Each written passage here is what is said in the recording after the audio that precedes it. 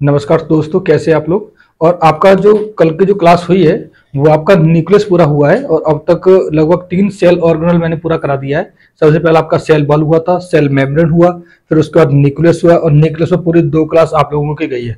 तो मैं चाहता हूं कि आप लोग डेली का मैटर डेली तैयार करते रहें, इसको अपने ऊपर बोझ ना बनाएं। एक वक्त ऐसा आता है कि ये चीज हाथ से निकल जाती है और फिर समय रहते ये चीजें नहीं हो पाती तो वो बर्डन लगने लगती है। तो डेली का कंटेंट डेली आपको तैयार करना है। और आज जो आपका सेल ऑर्गेनल जो कोशिकांग स्टार्ट होगा वो स्टार्ट होगा आपका माइटोकॉन्ड्रिया। तो चलिए हेडिंग डाल लेते हैं, माइटोकॉन्ड्रिया। चौथा आपका है माइटोकॉन्ड्रिया।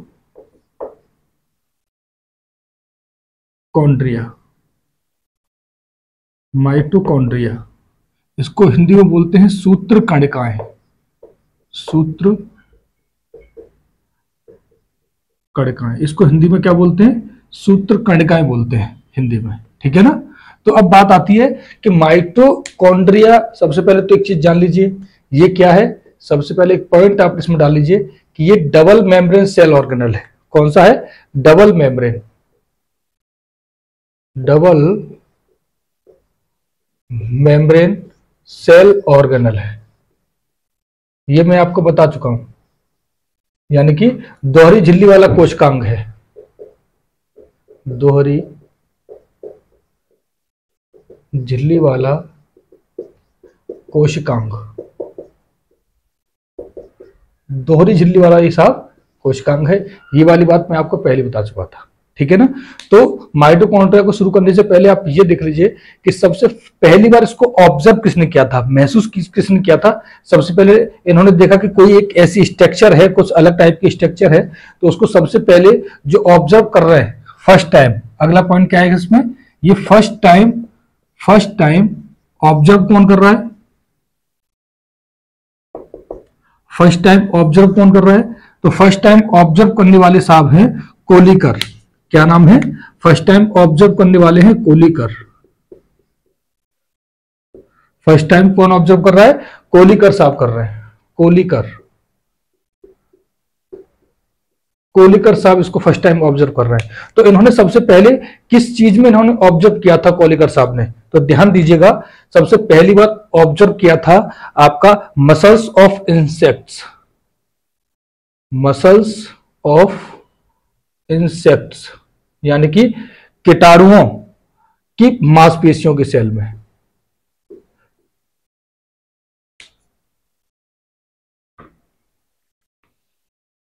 किसमें देखा था?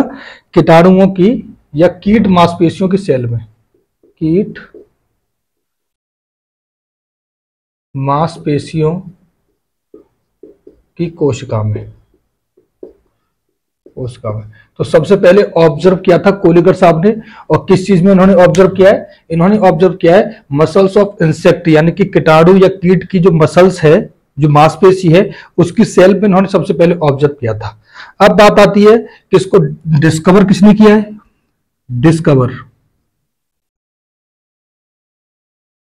डिस्कवरी किसने की है? यानी कि खोज किसने की है? तो खोज करने वालों में 2 लोगों का नाम आता है। बात समझ में आ रही है? तो खोज करने वालों में 2 लोगों का नाम आता है, ठीक है ना। और वो 2 लोग कौन है? एक आपके हैं ऑल्टमैन और प्लस फ्लेमिंग। इन 2 लोगों ने खोज की है। ज्यादातर इसमें नाम भी अगर आता है, अगर ज्यादा नाम आता है तो किसका नाम आता है? ऑल्टमन साहब का सबसे ज्यादा नाम आता है। अगर दोनों में, अगर मान लीजिए दोनों में ऑप्शन आ गया कि ऑल्टमन और फ्लेमिंग, 2 अलग अलग ऑप्शन आ गए, तो आपको टिक करना है ऑल्टमन टिक करना है, ठीक है ना। लेकिन वैसे अक्सर अभी तक ऐसा कोई क्वेश्चन आया नहीं है कि ऑल्टमन और फ्लेमिंग दोनों एक साथ आए हो, या तो दोनों एक साथ आएंगे या दोनों में से कोई एक पूछा जाएगा।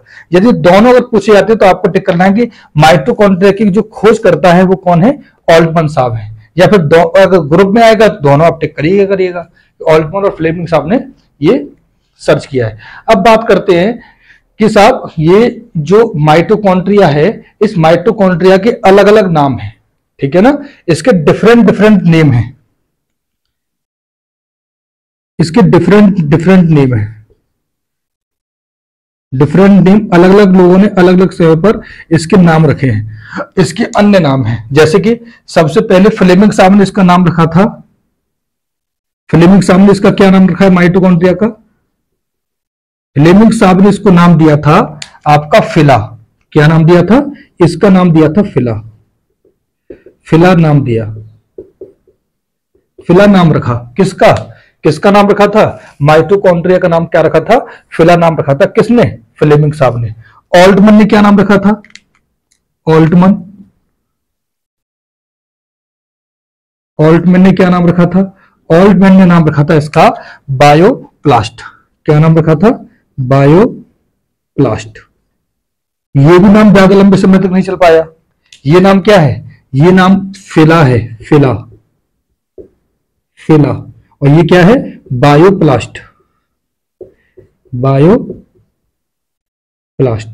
ठीक है ना, बायोप्लास्ट है। अब बात करते हैं, फ्लेमिंग ने ये नाम रखा फिला, ऑल्टमन ने ये नाम रखा था बायोप्लास्ट। ये इसी के अन्य नेम है। फ्लेमिंग ने फिला नाम रखा, ऑल्टमन ने बायोप्लास्ट नाम रखा। और आपका एक व्यक्ति और आता है, कॉलिकर साहब। कॉलिकर साहब ने क्या क्या नाम रखा है इसका? इसका नाम रखा था सैक्रोसोम। सैक्रोसोम, सैक्रोसोम नाम रखा था। और एक सबसे लास्ट में नाम आता है बेंडा साहब का, बेंडा, बेंडा। और बेंडा साहब ने इसका क्या नाम रखा था? बेंडा साहब ने इसका नाम रखा था माइटोकॉन्ड्रिया।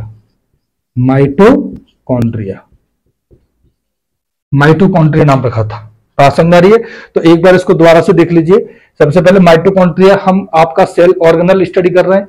तो माइटोकॉन्ड्रिया जो सेल ऑर्गेनल है, इसको, ये दोहरी झिल्ली वाली कोशिका है, जो दोहरी झिल्ली वाला ये कोशिकांग है। मैंने डबल मेम्ब्रेन आपको बताया था, माइटोकॉन्ड्रिया, न्यूक्लियस और आपका क्लोरोप्लास्ट। ये आपका जो है ये दोहरी झिल्ली वाले कोशिकांग है।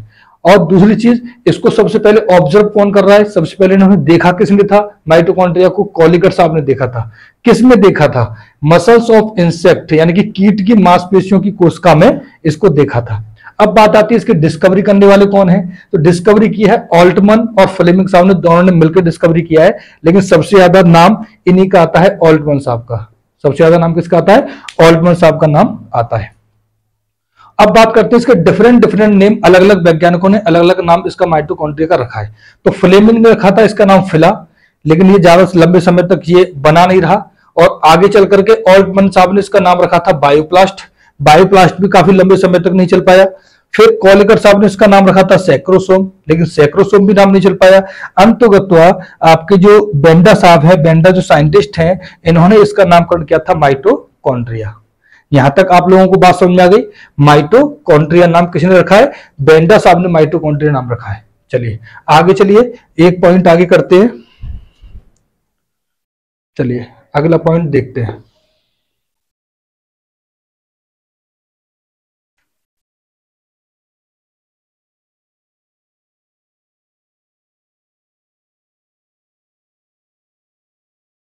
देखिए आगे क्या है कि अगर प्लांट सेल में सबसे पहले माइटोकॉन्ड्रिया किसने देखा था? बात समझ आ रही है? किसने सबसे पहले प्लांट सेल के अंदर देखा था? प्लांट सेल के अंदर, प्लांट सेल के अंदर सबसे पहले माइटोकॉन्ड्रिया को देखने वाले कौन साइंटिस्ट थे? आपके मीव्स साहब थे। कौन? मीव्स। मीव्स ने सबसे पहले आपका क्या देखा था? प्लांट के सेल में देखा था कि प्लांट के सेल में भी माइटोकॉन्ड्रिया नाम है। बात समझ आ रही है? और मैं आपको जब प्रोकैरियोटिक और यूकैरियोटिक जब मैं आपको बता रहा था, तो आपका प्रोकैरियोटिक में, आपका प्रोकैरियोटिक में जो सेलुलर रेस्पिरेशन होता है वो कौन करता है? आपका मीसोसोम करता है। और आपका यूकैरियोटिक में कौन करता है? माइटोकॉन्ड्रिया करता है। तो माइटोकॉन्ड्रिया दोनों में पाया जाता है। यहां भी माइटोकॉन्ड्रिया पाया जाता है, वो क्या बोलते हैं, प्लांट सेल में। और प्लांट सेल में माइटोकॉन्ड्रिया को कौन देख रहा है? आपके मीव साहब ने ही सबसे पहले प्लांट के सेल में बताया था कि आपका प्लांट सेल के अंदर भी माइटोकॉन्ड्रिया प्रेजेंट होता है। ठीक है ना? तो यहां तक बात आप लोगों को समझ में आ गई। तो आगे जो सबसे अगला पॉइंट है, अब बात आता है कि किसने सबसे पहले माइटोकॉन्ड्रिया को आइसोलेट किया था, सेल से बाहर निकाला था। तो अगला पॉइंट क्या आता है? अगला पॉइंट है कि सबसे पहले किन वैज्ञानिकों ने, सबसे पहले किन वैज्ञानिकों ने ये जो माइटोकॉन्ड्रिया है इसका आइसोलेशन किया था। इसका आइसोलेशन सबसे पहली बार, आइसोलेशन मतलब पृथक्कीकरण, पृथक्कीकरण यानी कि सेल से अलग करके बाहर दिखाया था, यानी कि सेल से अलग कर दिया था, पृथक कर दिया था, आइसोलेट कर दिया था। तो सबसे पहले आइसोलेशन जो किया था वो किन्होंने किया था? बार्ले और हॉर साहब ने। बार्ले और हॉर ने दोनों ने मिलकर के आपका क्या किया था? इसको माइटोकॉन्ड्रिया जो आपकी जो सेल है और उस सेल में से बाहर निकाल कर दिखाया था कि साहब ये आपका माइटोकॉन्ड्रिया है। और किस में से निकाल कर दिखाया था? फर्स्ट आइसोलेशन कहां से हो रहा है? तो फर्स्ट आइसोलेशन किस सेल से हो रहा है? Isolation from liver cell, liver cell. तो लिवर की जो यकृत, इसको क्या बोलते हैं? यकृत की कोशिका से पहली बार इसको पृथक किया गया था, यानी कि यकृत की कोशिका, लिवर क्या है? यकृत, यकृत की कोशिका से सबसे पहले पृथक किया गया। बात समझ आ रही है कि जो लिवर की जो सेल है उस लिवर की सेल में से आपका माइटोकॉन्ड्रिया बाहर निकाल कर दिखा दिया, आइसोलेट कर दिया, पृथकीकरण कर दिया। किसने? बार्ले और हॉर साहब ने इसका पृथकीकरण किया था। अब बात आती है इसके फंक्शन की। आखिरकार इसका फंक्शन क्या है? तो हेडिंग डालेंगे आप इसमें, फंक्शन ऑफ माइटोकॉन्ड्रिया। हेडिंग क्या डालेंगे? Function of mitochondria, function of mitochondria. तो इसका फंक्शन की हम बात कर रहे हैं, इसके फंक्शन की। माइटोकॉन्ड्रिया का आखिर फंक्शन क्या है? ठीक है ना? तो इसका फंक्शन क्या है? इसका फंक्शन है इसका सेलुलर रेस्पिरेशन। किसका है? सेलुलर रेस्पिरेशन का। ये मैं पहले भी आपको बता चुका हूं, सेलुलर रेस्पिरेशन का काम, यानी कि सेलुलर रेस्पिरेशन यानी कि आपका कोशिकीय श्वसन। क्या ये? कोशिकीय श्वसन का इसका काम है। बात समझ आ रही है कि ये कोशिकीय श्वसन करता कैसे है? ये देखिए आप, मैं एक डायग्राम बना रहा हूं आपको, आपका किसका? माइटोकॉन्ड्रिया का। देखिए ये है, और इसके अंदर फिंगर लाइक स्ट्रक्चर होती है।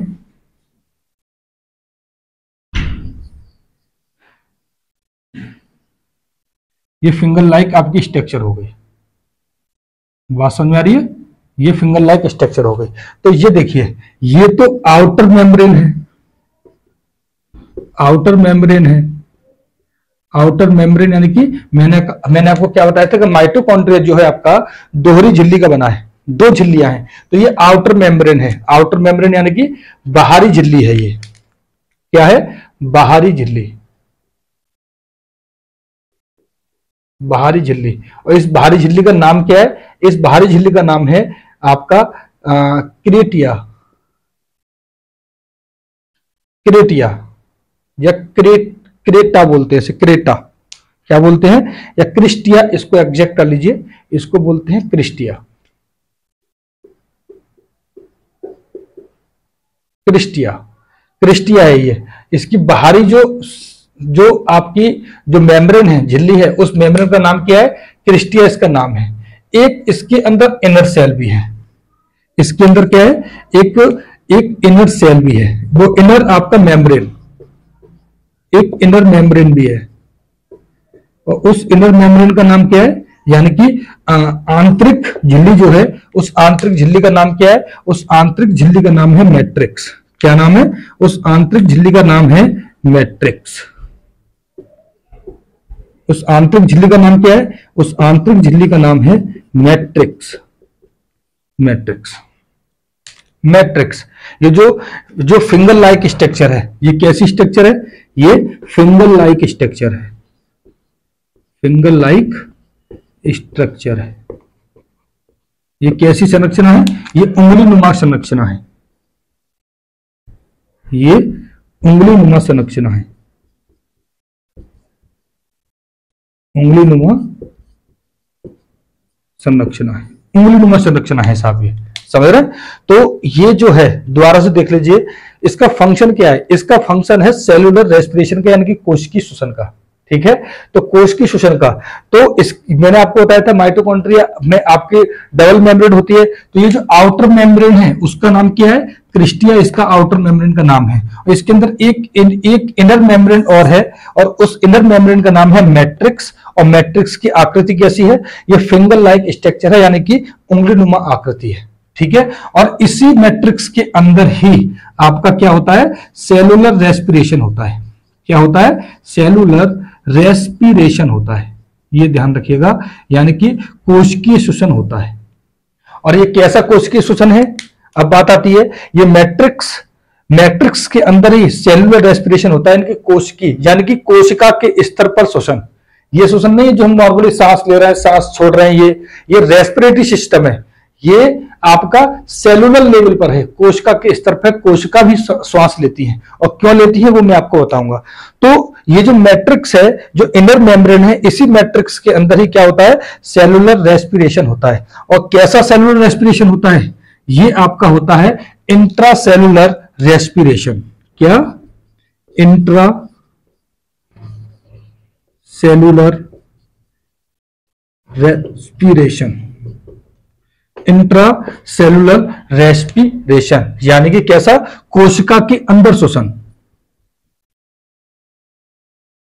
कोशिका के अंदर श्वसन। कैसा सेलुलर रेस्पिरेशन होता है, इंट्रा सेलुलर रेस्पिरेशन इसके अंदर साफ होता है। माइटोकॉन्ड्रिया का हम लोग पढ़ रहे हैं। इससे पहले मैंने आपको बताया कि माइटोकॉन्ड्रिया ये आपका डबल मेम्ब्रेन ऑर्गेनल है। फिर मैंने आपको बताया था, इसको ऑब्जर्व किसने किया था, कॉलिकर साहब ने, किसमें, मसल्स ऑफ इंसेक्ट्स में किया था। फिर मैंने आपको बताया था डिस्कवरी किसने की थी, ऑल्टमैन और फ्लेमिंग साहब ने इसकी डिस्कवरी की थी। और साथ ही साथ मैंने आपको बताया था इसके डिफरेंट नाम है, जैसे कि फ्लेमिंग ने इसका फिला नाम रखा था, ऑल्टमैन ने इसका नाम बायोप्लास्ट रखा था, और आपका कॉलिकर साहब ने इसका सैक्रोसोम नाम रखा था, और क्या बोलते हैं, बेंडा साहब ने इसका नाम जो रखा था माइटोकॉन्ड्रिया नाम इसका रहा था। फिर मैंने आपको बताया कि इसका जो फंक्शन है, और फिर मैंने बताया कि प्लांट की सेल में जो आपका सबसे पहले ऑब्जर्व किया था वो आपका मीव साहब ने किया था। और फिर मैंने आपको बताया कि इसका जो फंक्शन है वो फंक्शन कैसा है, आपका इसका वर्क क्या है, सेलुलर रेस्पिरेशन का इसका फंक्शन है। एक चीज और मैंने आपको बताई थी कि सबसे पहली बार आइसोलेशन किसने किया था, यानी कि माइटोकॉन्ड्रिया को सेल से बाहर निकाल कर किसने दिखाया था, वो दिखाया था आपका बार्ले और हॉर साहब ने इसको दिखाया था। और किसकी सेल से निकाल के दिखाया था, यानी कि जो लिवर की जो सेल थी, लिवर की सेल से इसको आइसोलेट करके अलग करके दिखाया था साहब, ये माइटोकॉन्ड्रिया है। फिर मैं आपका बात कर रहा हूं फंक्शन के बारे में, आखिरकार इसका वर्क क्या है, इसका फंक्शन क्या है, किसका, माइटोकॉन्ड्रिया का। तो इसका जो फंक्शन है वो है आपका सेलुलर रेस्पिरेशन, यानी कि कोशिकीय श्वसन, यानी कि कोशिका के स्तर पर, सेल के लेवल पर ये रेस्पिरेशन की हम बात कर रहे हैं। तो ये मैंने डायग्राम बनाया है, ये डायग्राम किसका है, ये डायग्राम आपका माइटोकॉन्ड्रिया का है। बात समझ में आ रही है, माइटोकॉन्ड्रिया का ये डायग्राम है, ये माइटोकॉन्ड्रिया है। और मैंने आपको बताया था कि ये डबल मेम्ब्रेन सेल ऑर्गेनल है, तो इसकी आउटर जो मेम्ब्रेन है उसको बोलते हैं क्रिस्टिया, और जो इसकी इनर मेम्ब्रेन है जिसका नाम मैट्रिक्स है, और ये कैसी स्ट्रक्चर है, फिंगर लाइक स्ट्रक्चर है, यानी कि उंगलीनुमा आकृति है ये। तो इसी मैट्रिक्स के अंदर ही आपका क्या होता है, सेलुलर रेस्पिरेशन होता है। और यही आपका किस प्रकार का सेलुलर रेस्पिरेशन होता है, इंट्रा सेलुलर रेस्पिरेशन होता है, यानी कि कोशिका के अंदर ये श्वसन होता है। बात समझ आ रही है। अब बात करते हैं ये इंट्रा सेलुलर रेस्पिरेशन आखिरकार है क्या, ठीक है ना। तो आगे पॉइंट डाल के आप लिखेंगे,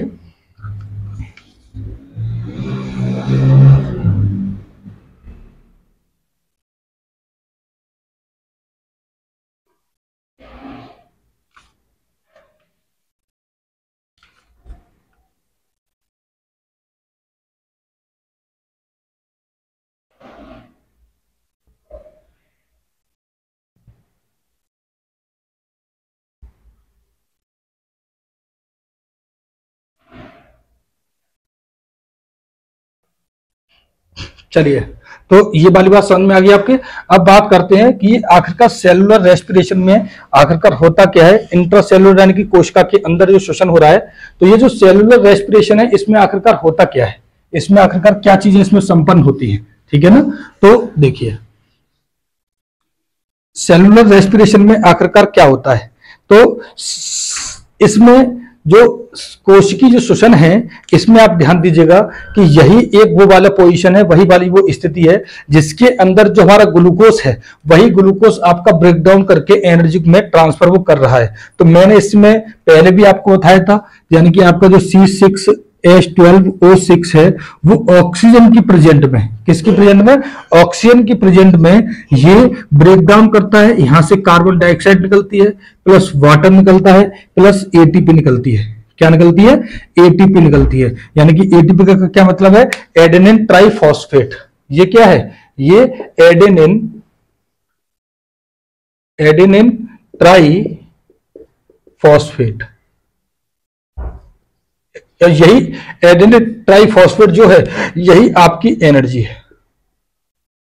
यही आपकी क्या है, यही आपकी एनर्जी है। यहां पर क्या है कि ये जो ग्लूकोज है, ये केमिकल एनर्जी है, और इस केमिकल एनर्जी को कन्वर्ट कर रहा है काइनेटिक एनर्जी में कौन, माइटोकॉन्ड्रिया। किसकी प्रेजेंस में ये ग्लूकोज टूट रहा है, वो ऑक्सीजन के प्रेजेंस में टूट रहा है। ध्यान रखिएगा मेरी बात को। और यही माइटोकॉन्ड्रिया है कि जो पूरी होल एनर्जी को, जो सॉरी पूरी सेल की, पूरे जितने भी ऑर्गेनल हैं और जितना भी सेल की जो फंक्शन है, जितना भी काम कर रहा है, चाहे न्यूक्लियस काम कर रहा हो, चाहे डीएनए बन रहा हो, डीएनए बिगड़ रहा हो, या सेल डिवीजन हो रहा हो, तो उस जितने भी ऑर्गेनल को फंक्शन करने के लिए जो एनर्जी मिल रही है, वो आपकी माइटोकॉन्ड्रिया से मिल रही है। अगर ये माइटोकॉन्ड्रिया ना होता तो सेल लेवल पर एनर्जी ना बनती।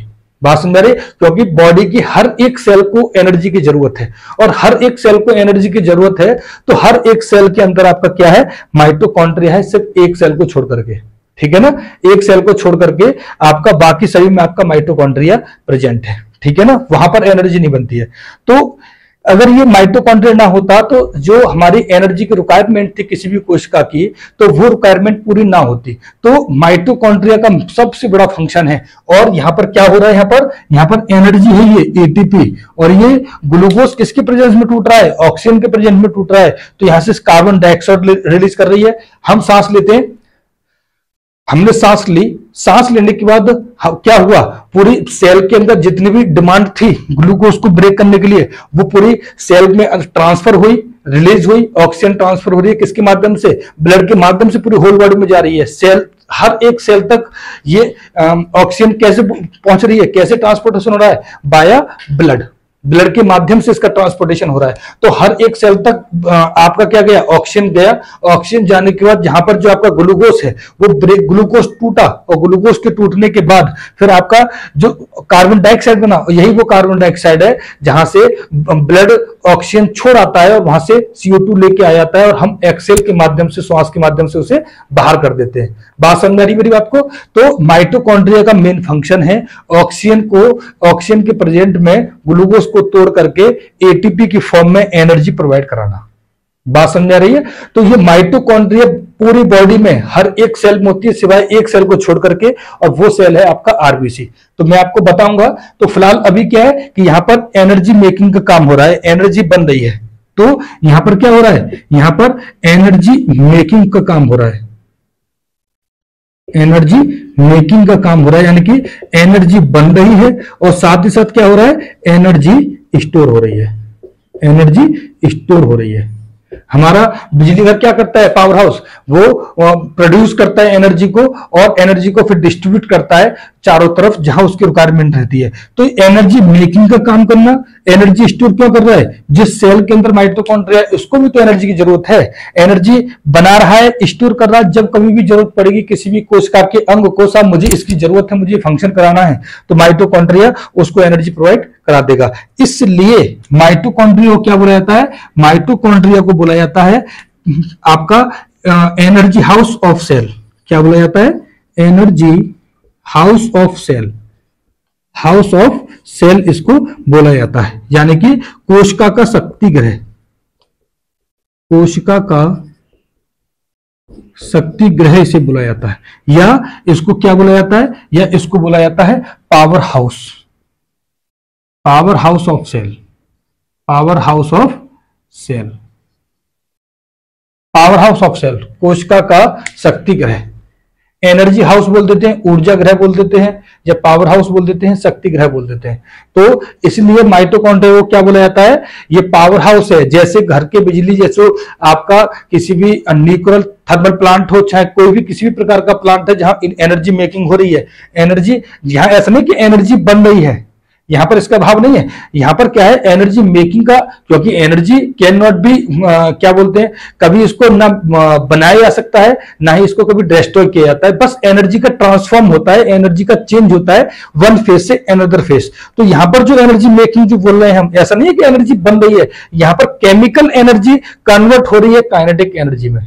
बात समझ आ रही है? तो यहां पर काइनेटिक एनर्जी मेकिंग बन रही है, यानी कि वो आपकी चेंज हो रही है। जो हमारे पास केमिकल एनर्जी की फॉर्म में जो ग्लूकोज था, वो ऑक्सीजन के प्रेजेंट में वो टूट रहा है, और वो टूट करके हमें काइनेटिक एनर्जी के रूप में एडेनिन ट्राइफॉस्फेट एनर्जी हमें मिल रही है। तो इसलिए एक नॉर्मली बोला जाता है कि एनर्जी मेकिंग और एनर्जी स्टोर का काम कौन करता है, माइटोकॉन्ड्रिया करता है। हर एक सेल के अंदर होता है, सिवाय एक सेल को छोड़ करके। तो ये सारी बात आप लोगों को समझ में आई कि क्या हो रहा है। अब यहां पर देखो एक शब्द आ रहा है, क्या आ रहा है कि ऑक्सीजन के प्रेजेंट में, ऑक्सीजन के प्रेजेंट में ध्यान रखिएगा मेरी बात को, कि माइटोकॉन्ड्रिया ही एक ऐसा मीडियम है जिसके माध्यम से पूरी होल बॉडी में जब हम सांस लेते हैं तो पूरा ऑक्सीजन हम टेक करते हैं, ऑक्सीजन लिया, और पूरी होल बॉडी की जितने भी आपकी सेल्स हैं वहां पर ऑक्सीजन जाएगा, ब्लड के माध्यम से जा रहा है, और ब्लड के माध्यम से जाएगा तो ब्लड वहां पर ऑक्सीजन छोड़ देगा हर सेल के पास, और वहां से कार्बन डाइऑक्साइड उठा लेगा।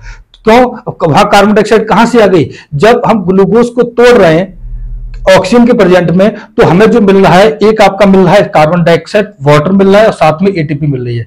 इसीलिए आपका जो एनर्जी जो कन्वर्ट हो रही है केमिकल एनर्जी को काइनेटिक एनर्जी में जो कन्वर्ट कर रहे हैं, यही माइटोकॉन्ड्रिया का काम है। बात समझ में आ रही है? तो इसलिए इसको क्या बोला जाता है, power house of the cell बोला जाता है, कोशिका का शक्ति ग्रह इसे बोला जाता है। तो इतनी इस बात समझ में आई। अब बात करते हैं कि जो ऑक्सीजन के प्रेजेंट में जो आपका ग्लूकोज टूट रहा है, तो ये ऑक्सीजन के प्रेजेंट में जो रेस्पिरेशन होता है वो क्या कहलाता है। तो एक पॉइंट डालेंगे, रेस्पिरेशन। रेस्पिरेशन, तो रेस्पिरेशन आपका दो प्रकार का होता है।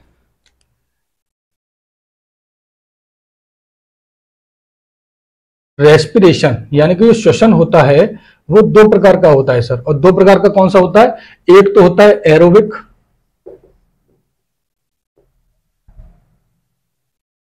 एरोबिक रेस्पिरेशन, यानी कि ऑक्सीकरण, ऑक्सीशोषण, शोषण, और एक होता है अनएरोबिक, एरोबिक रेस्पिरेशन। दो प्रकार का रेस्पिरेशन होता है, और ये होता है ऑक्सीशोषण।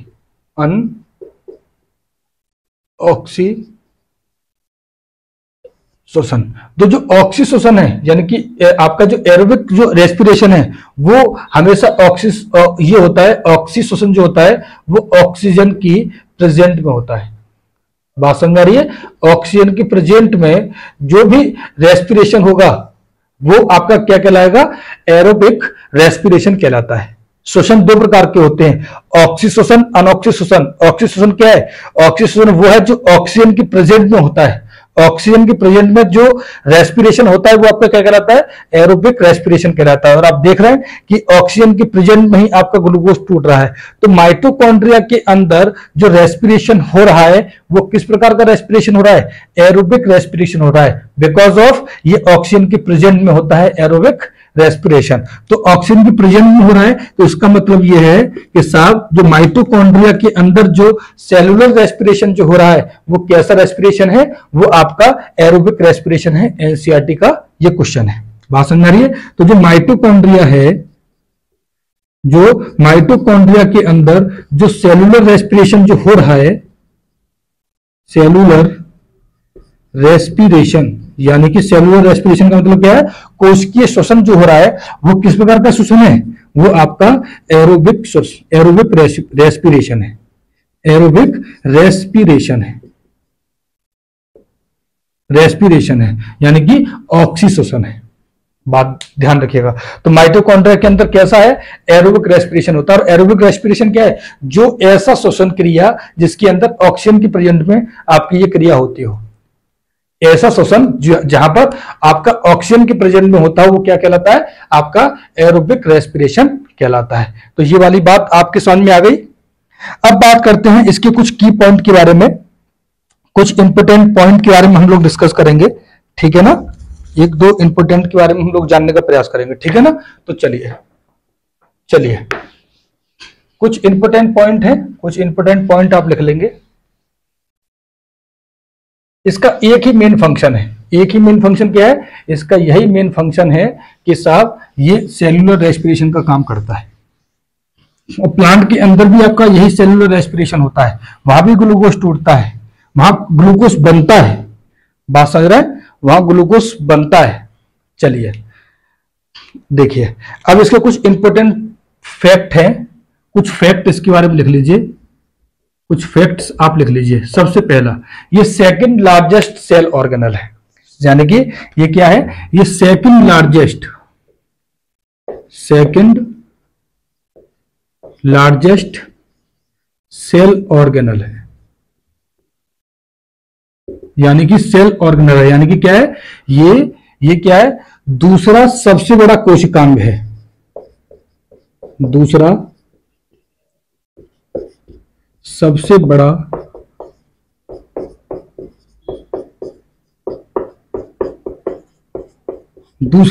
कोशिकांग है, बात समझ रही है। और सबसे लार्जेस्ट कौन सा था, मैंने आपको बताया था सबसे लार्जेस्ट कौन सा था, सबसे लार्जेस्ट था आपका न्यूक्लियस। न्यूक्लियस सबसे बड़ा आपका सेल ऑर्गेनल था, लेकिन दूसरा सबसे बड़ा सेल ऑर्गेनल क्या है, कोशिकांग, वो आपका है माइटोकॉन्ड्रिया। माइटोकॉन्ड्रिया। एक चीज और आप जान लीजिए, अगर इसकी मैं बात करूं इसकी डायामीटर की, यहीं पर कर लेते हैं कि इसका जो डायामीटर है, इसका जो डायामीटर है वो डायामीटर कितना है, 0.1 से लेकर के 0.2 माइक्रोमीटर तक। और इसकी लेंथ की अगर हम बात करें, इसकी लंबाई की, तो इसकी लेंथ की अगर आप बात करोगे तो इसकी लेंथ है आपकी कितना, आपका है 1 माइक्रोमीटर से लेकर के 4 माइक्रोमीटर तक। बात समझ आ रही है, 1 माइक्रोमीटर से लेकर के 4 माइक्रोमीटर तक इसकी लेंथ है। ये बात आप लोगों को समझ में आ गई, कितनी लेंथ है इसकी, 1 माइक्रोमीटर से लेकर के 4 माइक्रोमीटर तक। अब इसमें एक पॉइंट और देखते हैं, एक पॉइंट क्या देखते हैं कि साहब मैंने आपको एक चीज बताई थी जब मैं डीएनए बता रहा था, और वहां मैंने आपको बताया था कि साहब माइटोकॉन्ड्रिया के अंदर भी डीएनए प्रेजेंट होता है, ये चीज मैंने आपको बताई थी, ठीक है ना।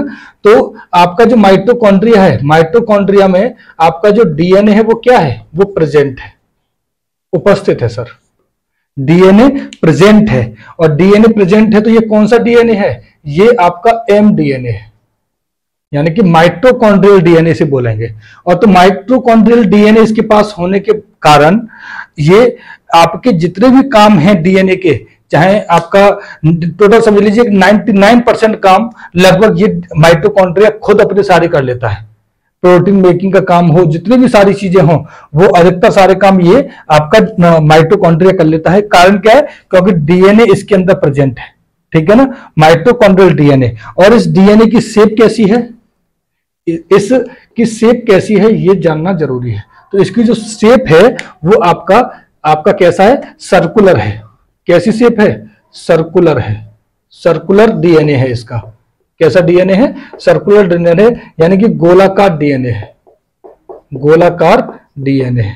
और आपको मैंने एक चीज बताई थी कि गोलाकार डीएनए एक चीज का, और मैंने आपको बताया था जब मैं आपको प्रोकैरियोटिक और यूकैरियोटिक सेल जब बता रहा था, उसमें अंतर जब बता रहा था, तो मैंने आपको बताया था कि प्रोकैरियोटिक सेल का भी जो डीएनए है वो कैसा डीएनए है, सर्कुलर है। और माइटोकॉन्ड्रिया का जो डीएनए है वो भी आपका कैसा है, सर्कुलर है, गोलाकार है। बात समझ आ रही है, कैसा है, गोलाकार है, गोलाकार है। बात समझ आ रही है। तो लेकिन आपका प्रोकैरियोटिक के अंदर आपका माइटोकॉन्ड्रिया नहीं होता है। बात समझ आ रही है, माइटोकॉन्ड्रिया नहीं होता है। बस हम बात कर रहे हैं कि जो प्रोकैरियोटिक का जो डीएनए का जो स्ट्रक्चर है वो जस्ट लाइक अ माइटोकॉन्ड्रिया, या हम बोल सकते हैं कि माइटोकॉन्ड्रिया का जो डीएनए है वो आपका किसकी तरह है, प्रोकैरियोटिक डीएनए की जैसा है। बात समझ आ रही है। तो माइटोकॉन्ड्रिया, इसमें एक पॉइंट डाल के लिख लीजिएगा, माइटोकॉन्ड्रिया माइटोकॉन्ड्रिया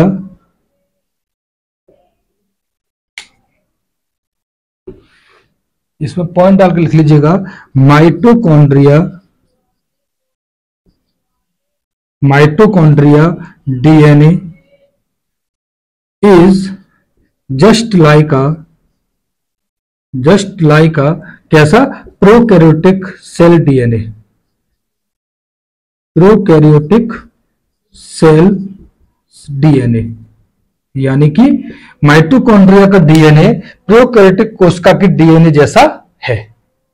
बात समझ आ रही है? माइटोकॉन्ड्रिया का जो डीएनए है वो किसके जैसा है, प्रोकैरियोटिक कोशिका के डीएनए के जैसा है। ये बात मैं आपको पहले ही बताया था। लेकिन प्रोकैरियोटिक के अंदर माइटोकॉन्ड्रिया क्या है, माइटोकॉन्ड्रिया एब्सेंट है, ध्यान रखना। समझ में आ रहा है? आप इसको कंफ्यूज हो जाओ, इसमें क्या है, ये एब्सेंट है, एब्सेंट माइटोकॉन्ड्रिया। प्रोकैरियोटिक सेल में आपका माइटोकॉन्ड्रिया नहीं पाया जाता है। बात समझ आ रही है? लेकिन क्या है कि प्रोकैरियोटिक के अंदर जो डीएनए है उसकी जो स्ट्रक्चर है कैसी है, उसकी शेप कैसी है, सर्कुलर है। तो सर्कुलर होने के कारण माइटोकॉन्ड्रिया के डीएनए को हम बोलते हैं कि just like a prokaryotic cells DNA. यहां तक बात आप लोगों को समझ में आ गई? चलिए अगला पॉइंट डाल के करते हैं। कि आपका माइटोकॉन्ड्रिया पूरी होल बॉडी में कहां प्रेजेंट नहीं होता है। बात समझ आ रही है? क्या माइटोकॉन्ड्रिया कहां प्रेजेंट नहीं होता है? तो ध्यान रखना कि माइटोकॉन्ड्रिया आपका आरबीसी जो है, आपका तीसरा पॉइंट जो भी रहे, तो जो आपका आरबीसी है उसके अंदर आपका क्या होता है, माइटोकॉन्ड्रिया एब्सेंट होता है। क्या होता है? एब्सेंट होता है। आरबीसी में माइटोकॉन्ड्रिया प्रेजेंट नहीं होता है। समझ में आ रहा है? यानी कि cell of RBC doesn't have mitochondria. RBC के अंदर एक मैंने आपको बताया था क्या प्रेजेंट नहीं होता है, न्यूक्लियस प्रेजेंट नहीं होता है। वो मैंने आपको बताया था कि सब न्यूक्लियस यहां पर प्रेजेंट नहीं होता है आरबीसी में। और क्या प्रेजेंट नहीं होता है? सब माइटोकॉन्ड्रिया, यानी कि आरबीसी की अपनी खुद की कोई एनर्जी नहीं है। बात समझ में आ रही है? आरबीसी में ये एब्सेंट होता है। तो इस तरीके से आपका जो पोर्शन है माइटोकॉन्ड्रिया का वो आपका पूरा होता है, कंप्लीट होता है। ठीक है ना? तो माइटोकॉन्ड्रिया आपका ये पूरा हो गया। कैसे कैसे आपका ये ओरिजिन हो रही है, कहां कौन ऑब्जर्व कर रहा है, किसने डिस्कवर किया, नामकरण किस किसने किया, इसका फंक्शन क्या है, इसका जो मेन पॉइंट्स थे वो मैंने आपको बताया। लगभग सारी चीजें मैंने आपको इसमें बता दी है। ठीक है ना? तो अगला हम लोग डिस्कस करने वाले हैं लाइसोसोम। क्या डिस्कस करने वाले हैं? अगला डिस्कस करेंगे हम लोग लाइसोसोम के बारे में। लाइसोसोम, चलिए लाइसोसोम भी समझ लीजिए सर। लाइसोसोम ये कौन सा पॉइंट है, जो भी पॉइंट रहे, ये 5वें नंबर का पॉइंट चल रहा है, इसका नाम है लाइसोसोम। हिंदी में भी इसको लाइसोसोम बोलते हैं, लाइसोसोम इसको बोला जाता है, लाइसोसोम। देखिए लाइसोसोम, ये लाइसोसोम सब बहुत बड़ी चीज है, बहुत बड़ी चीज है लाइसोसोम। कि अगर ये ना होता सेल के अंदर तो ये सेल के अंदर होना भी खतरनाक है और ना होना भी खतरनाक है। दोनों ही स्थितियों में ये आप बॉडी के लिए हार्मफुल भी है और बॉडी के लिए ये बेनिफिट भी देता है। तो सबसे पहले इसको एक चीज जान लीजिए, एक दो की पॉइंट। क्या? सबसे पहली बात है कि इसकी डिस्कवरी कौन कर रहा है। सबसे पहली बात क्या है कि इसकी डिस्कवरी करने वाले कौन व्यक्ति है, इसकी खोज किसने की है। तो इसकी खोज करने वाले साहब हैं डी डुबे साहब। क्या नाम है? डी डुबे साहब ने इसकी खोज की है। इसको लिखना चाहें तो आप हिंदी में लिख लीजिए डी डुबे। डी डुबे साहब ने इसकी खोज की है। अब बात आती है इस टर्म को देने वाला कौन है। लाइसोसोम जो शब्द है, इस टर्म या शब्द को देने वाला कौन है, तो ध्यान रखिएगा यही महानुभाव है, यही डी डुबे साहब हैं जिन्होंने आपका लाइसोसोम ये डिस्कवरी भी किया है और ये टर्म भी दिया है। कौन है व्यक्ति है? ये डी डुबे साहब है। ठीक है ना? अब बात करते हैं कि साहब ये है क्या। तो एक पॉइंट डाल के लिख लीजिए सबसे पहले, ये इसको क्या बोला जाता है? इसको बोला जाता है societal bag of the cell. Societal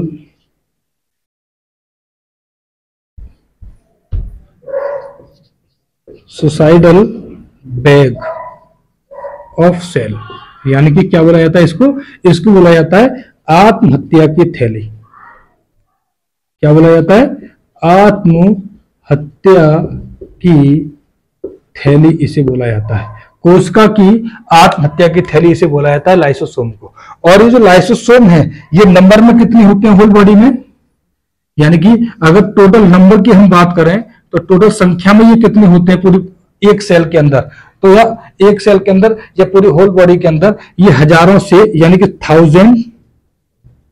thousands to इन लाख, यानी कि लाखों में ये होते हैं, लाख्स में होते हैं, यानी कि हजार से लेकर के लाखों तक इनकी संख्या आपकी लाइसोसोम की होती है। हजारों से लेकर लाखों की संख्या में ये होते हैं, ये कौन, लाइसोसोम। और इसकी जो शेप होती है, इसकी शेप की अगर हम बात करें तो इसकी जो शेप होती है, इसकी शेप साफ कैसी होती है, लाइक अ बैग, यानी कि बैग के जैसी इसकी शेप होती है। कैसे, अगर इसकी शेप की अगर बात करेंगे तो कुछ इस तरीके से इसकी शेप निकल के आएगी। बात समझ आ रही है, बैग की तरह, एक थैली की तरह इसकी शेप होती है, शेप आपकी बैग की जैसी होती है। तो लाइसोसोम के बारे में आप जाने कि डिस्कवरी किसने की है, डी डुवे साहब ने, टर्म किसने दिया है, डी डुवे साहब ने। इसको क्या बोला जाता है, आत्महत्या की थैली बोला जाता है। और नंबर में ये कितने होते हैं, नंबर में ये हजारों से लेकर लाखों की संख्या में ये प्रेजेंट होते हैं। और इसकी शेप कैसी होती है, लाइक का बैग, एक थैली की तरह होती है। ठीक है ना। अब मैं बात करता हूं इसके अदर नेम की, इसके अदर्स नेम भी है, इसकी अन्य नाम के, इसको अन्य नामों से भी जाना जाता है। सबसे पहला इसी को लिख लेते हैं, सुसाइडल बैग। किस नाम से जाना जाता है, सुसाइडल बैग के नाम से जाना जाता है। दूसरा atom bomb of cell,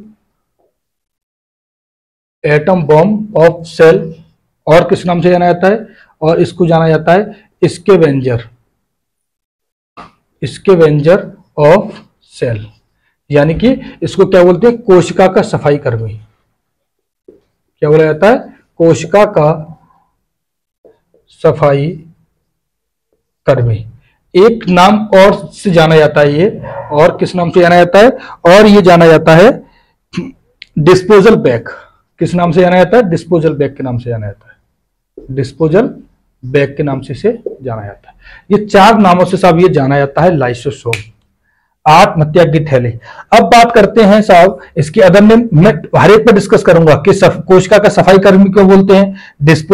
disposal देखिए ना, डिस्पोजल बैग यानी कि बहुत सारा कचरा इधर उधर फैला पड़ा है, उसको इकट्ठा किया और एक डिस्पोजल में उसको भर के डाल दिया, तो इसको क्या बोला जाता है, डिस्पोजल बैग बोला जाता है। एटम बम ऑफ सेल बोला जाता है, सुसाइडल बैग बोला जाता है, और कोशिका का सफाई कर्मी स्कैवेंजर ऑफ सेल इसको बोला जाता है। और क्यों बोला जाता है ये हम लोग आपसे डिस्कस करेंगे। ठीक है ना।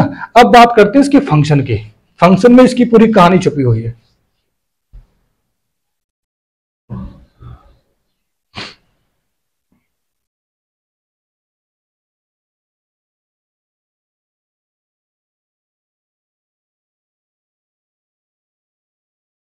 देखिए अब बात करते हैं इसके फंक्शन की।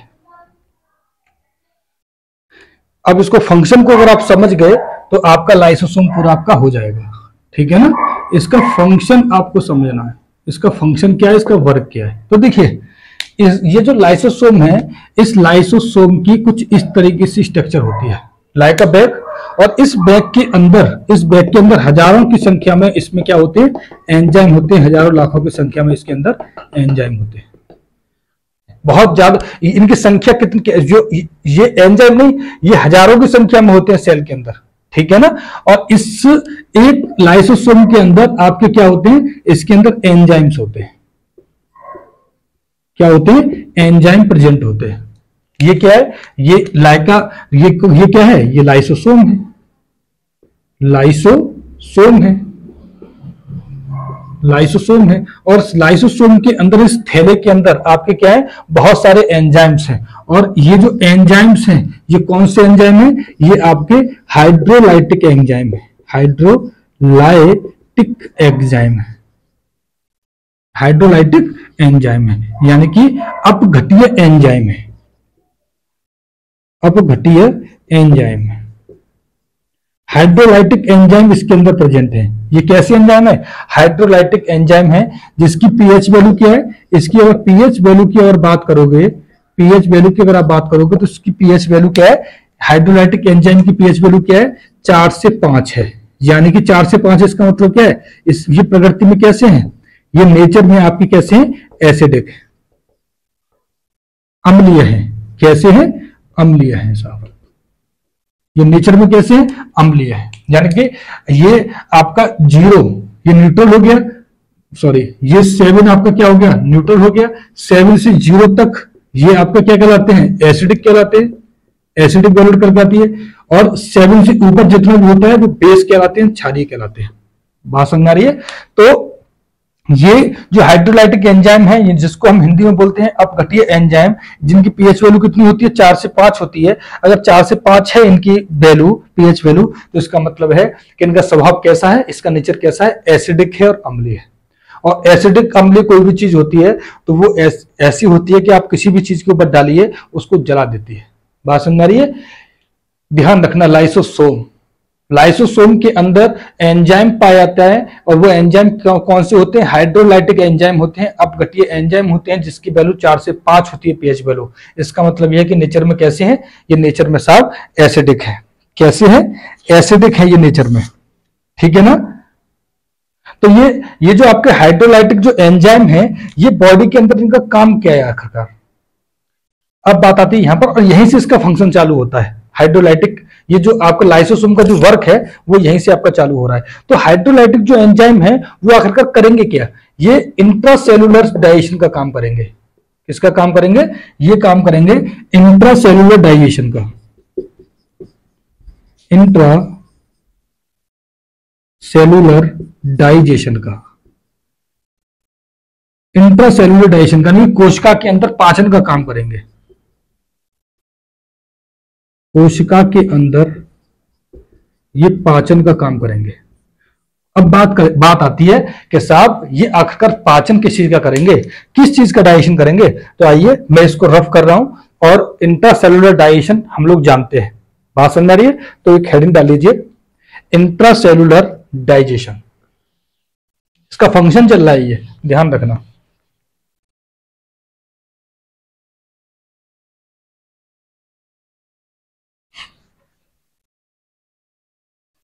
इंट्रासेलुलर डाइजेशन,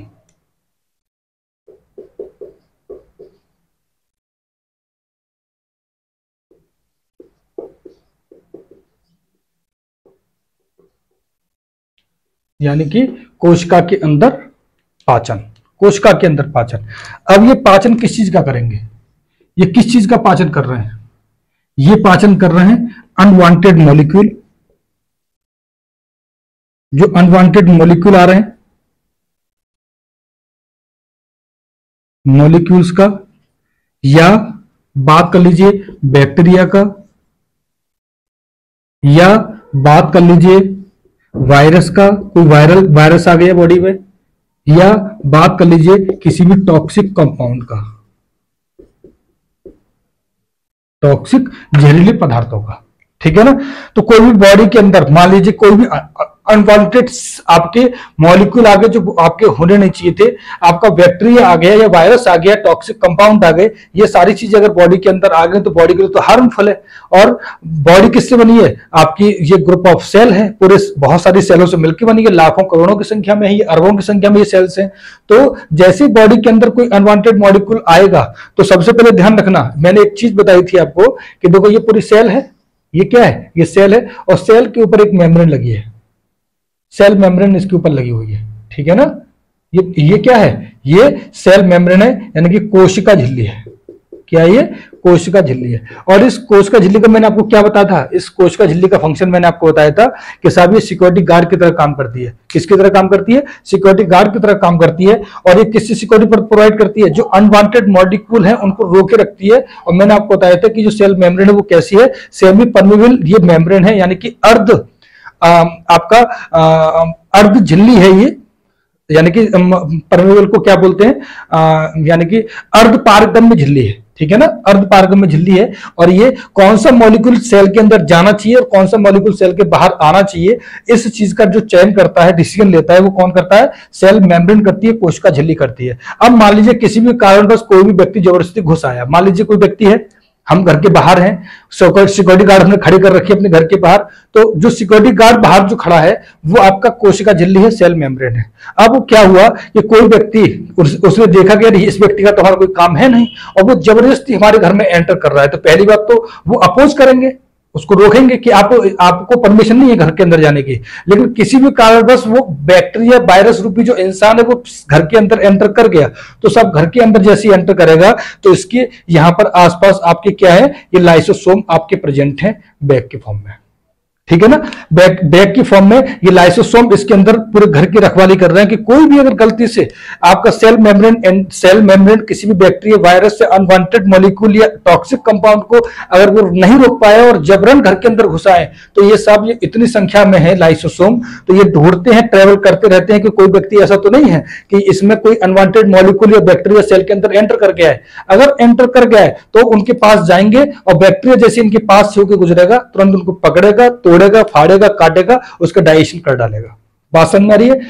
जो सेल मेम्ब्रेन को काम नहीं कर पाई, वो अपनी सिक्योरिटी प्रॉपर तरीके से नहीं दे पाई सेल को, किसी भी कारणवश एंटर कोई वायरस बैक्टीरिया या कोई टॉक्सिक कंपाउंड एंटर कर गए, तो इसके सेल का एक जो ऑर्गन है, सेल ऑर्गेनल लाइसोसोम जो कोशिका का अंग है, वो फिर काम करेगा अपना पूरा, और जितने भी इसके अंदर क्या करेंगे, जैसे ही आपका इसके लाइसोसोम के पास से गुजरेगा, लाइसोसोम के अंदर कैसे एंजाइम है, हाइड्रोलाइटिक एंजाइम है, अपघटीय एंजाइम है, और वो क्या करेंगे, उसकी पीएच वैल्यू कैसी है, 4 से 5 है, यानी कि उसकी नेचर कैसा है, एसिडिक है, और उसके अंदर आकर जल करके भुन करके उसको वो नष्ट कर देगा। लाइसोसोम का ये काम है, इसीलिए इसको क्या बोला जाता है, ध्यान देना मेरी बात को।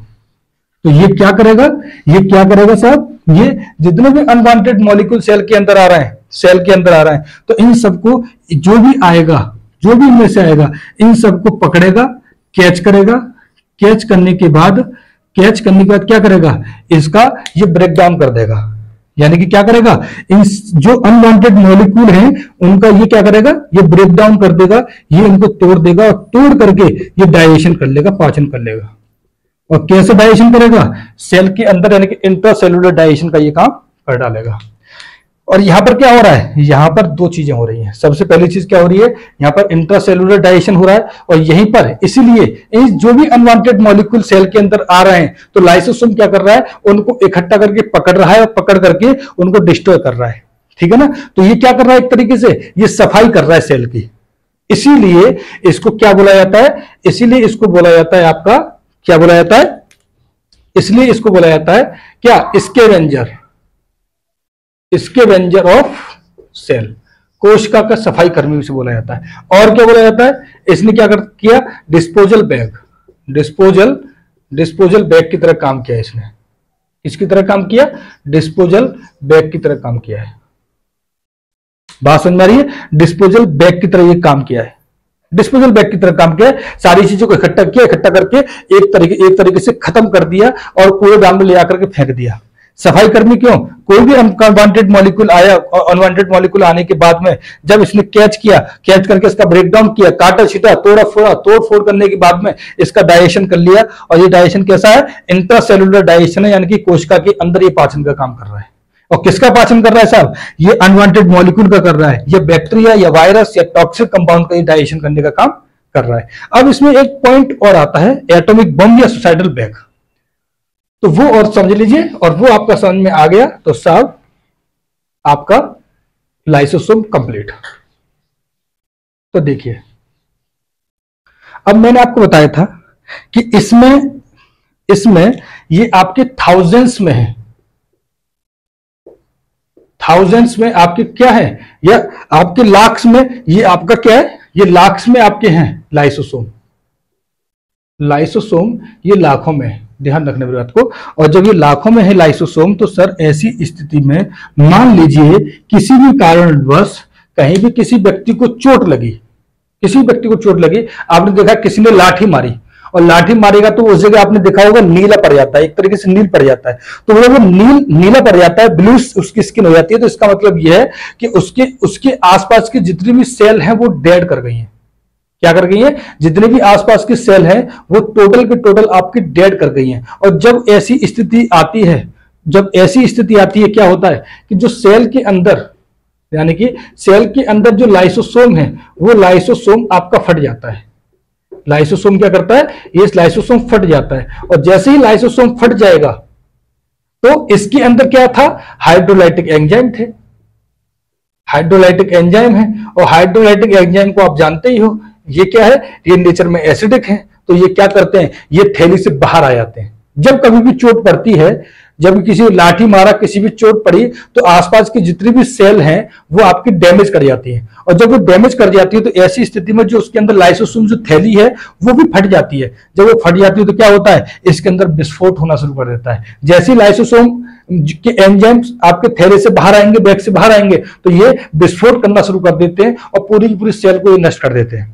ठीक है ना, और यही कारण है कि वो आपकी स्किन कैसी दिखती है, वो ब्लूस दिखने लग जाती है। क्यों, क्योंकि इसने अपनी खुद की आत्महत्या कर ली है, ये खुद विस्फोट कर देता है, इसीलिए इसको क्या बोला जाता है। या फिर क्या कंडीशन होती है, एक तो आपका, एक तो किसी ने चोट मारी, या फिर क्या होता है एक कंडीशन, या फिर इसकी एक स्थिति और निकल के आती है कि जब कभी भी लाइसोसोम एक सेल के अंदर बहुत ज्यादा नंबरिंग में बढ़ गए, बहुत ज्यादा बढ़ गए, यानी कि ये इंक्रीज कर गए, क्या कर गए, ये इंक्रीज कर गए, कौन, लाइसोसोम इंक्रीज कर गए, और इतना नहीं होना चाहिए था एक सेल के अंदर, तो ऐसी स्थिति में ये फट जाते हैं। हाइड्रोलाइट जो लाइसोसोम है ये फटने लगते हैं, और जैसे ही ये फटने लगते हैं सर, तो ऐसी स्थिति में सब इसके अंदर विस्फोट होना शुरू कर जाता है। जैसे लाइसोसोम के अंदर से हाइड्रोलाइटिक एंजाइम निकलेगा और निकलते ही ये विस्फोट करेगा, तो ऐसी स्थिति में सर जी ये एटॉमिक बम ऑफ सेल इसे बोला जाता है। और क्या बोला जाता है, ये सुसाइडल बैग बोला जाता है। क्यों, क्योंकि जैसे ही इसके अंदर से जो हाइड्रोलाइटिक एंजाइम बाहर निकलेंगे, तो अपने आसपास के जितने भी सेल ऑर्गेनल हैं या सेल के जितने भी कोशिकांग हैं उनको भी मारना शुरू कर देता है, पूरी सेल नष्ट हो जाती है। तो इसीलिए इसको बोला जाता है सुसाइडल बैग ऑफ सेल, इसे बोला जाता है। यहां तक बात आप लोगों को समझ में आई, तो चलिए आगे बात करते हैं हम। तो 4 पॉइंट आपका हो गया, स्कैवेंजर ऑफ सेल हो गया, आपका डिस्पोजल बैग हो गया, एटॉमिक बम हो गया, और आपका क्या हो गया, एक तीसरा चौथा और बचा था सुसाइडल बैग, वो भी आप लोगों की समझ में आ गया। अब बात करते हैं साहब कि ये आखिरकार बनते कैसे हैं, ये लाइसोसोम बनता कहां से, आया कहां से सेल के अंदर, बात समझ आ रही है, आया कहां से। आपने देखा है कि जब कभी भी व्यक्ति को चोट लग जाती है, तो जब नीला पड़ जाता है तो हम क्या करते हैं, उसकी सिकाई करना शुरू कर देते हैं। वो सिकाई आखिरकार कर क्यों रहा है, उसका मेन काम है, फंक्शन उसका, कि उसके अंदर जो लाइसोसोम जो एक्टिव है उनको डीएक्टिवेट कराने का काम कर रहे हैं, सेल्स को रिपेयरिंग कराने में, वो शांत हो जाए, रिलैक्स हो जाए, तो वो जो नीला पड़ा हुआ है, वो जो डेड सेल है, वो वहां से निकल जाए और नई सेल का डेवलपमेंट होना शुरू हो जाए, इसलिए वहां पर वो सिकाई की जाती है। अब बात करते हैं आपका ये बनता कहां से है, ये जो लाइसोसोम है ये आया कहां से। तो देखिए मैं एक स्ट्रक्चर बना रहा हूं, आपकी स्ट्रक्चर है ये, आपका क्या है, एक आगे आप एक ऑर्गन पढ़ोगे, एक ऑर्गन कोशिका का अंग पढ़ोगे, गोल्गी बॉडीज, क्या पढ़ोगे, Golgi bodies, Golgi bodies, Golgi bodies यानी कि गोल्जी काय, गोल्जी काय आप पढ़ेंगे, ठीक है ना। तो देखिए इसके सहारे, इसके किनारों पर ये होल टाइप की चीज बनी हुई है। तो जब आपका गोल्जी बॉडी, जब ये अपने आप को ये टूट करके ये अलग गिर जाता है पार्ट, जब ये गोल्जी काय ये ब्रेक कर जाती है, ये ब्रेक कर जाती है, तो ब्रेक करने का जो टुकड़ा निकल के आता है वही टुकड़ा ही आपका क्या कहलाता है, लाइसोसोम कहलाता है। क्या कहलाता है, लाइसोसोम, लाइसोसोम कहलाता है। ध्यान रखिएगा लाइसोसोम बन कैसे रहा है, जो कोशिका के अंदर एक सेल ऑर्गेनल और प्रेजेंट है, उसका नाम है गोल्जी बॉडी यानी कि गोल्जी काय का जब किनारा टूट करके अलग हो जाता है उससे, तो वो सेल के अंदर ही रह जाता है, और वही जो टुकड़ा है वो टुकड़ा क्या बनता है, लाइसोसोम बनता है, लाइसोसोम के नाम से जाना जाता है। तो ध्यान रखना लाइसोसोम कैसे बन रहा है, सेल ऑर्गेनल गोल्जी बॉडी के किनारे के टूटने से जब वो अलग हो गया है, तो गोल्जी बॉडी के टूटने से लाइसोसोम का डेवलपमेंट हो रहा है, ये बात आपको ध्यान रखनी है। और एक चीज ध्यान रखना इस जगह कि लाइसोसोम सबसे ज्यादा एक्टिव किस स्थिति में होते हैं, ये मोर एक्टिव कब होते हैं लाइसोसोम, इसको समझने से पहले कि आपका मोर एक्टिव कब होते हैं, आप एक चीज लिख लीजिए कि लाइसोसोम सबसे ज्यादा नंबरिंग में अगर पाए जाते हैं तो कहां पाए जाते हैं, बात समझ आ रही है। सबसे ज्यादा लाइसोसोम सेल के बॉडी, मतलब पूरी ह्यूमन बॉडी के अंदर सबसे ज्यादा कहां होते हैं, तो ये वाला पॉइंट आप देख लीजिएगा, ठीक है ना। तो अगर बात करें सबसे ज्यादा पाए जाते हैं तो ये कहां पाए जाते हैं, ये सबसे ज्यादा पाए जाते हैं डब्ल्यूबीसी के अंदर। सबसे पहला पॉइंट क्या है, सबसे पहला आपका मैक्सिमम ये लाइसोसोम कहां पाया जाता है? डब्ल्यूबीसी के अंदर, white blood cell. White blood cell के अंदर ये मैक्सिमम लाइसोसोम होते हैं, मैक्सिमम लाइसोसोम प्रेजेंट होते हैं, मैक्सिमम लाइसोसोम प्रेजेंट होते हैं, मैक्सिमम प्रेजेंट होते हैं कहां पर? डब्ल्यूबीसी। डब्ल्यूबीसी क्या है? व्हाइट ब्लड सेल, सफेद रुधिर कोशिका, that is the part of blood cell. क्या है? ये ब्लड सेल का पार्ट है। ये वाली बात आपको समझ में आई? आरबीसी का ये, सॉरी, डब्ल्यूबीसी के अंदर ये मैक्सिमम संख्या में होते हैं, नंबरिंग में सबसे ज्यादा लाइसोसोम यहां प्रेजेंट होता है। अगला कहां होता है?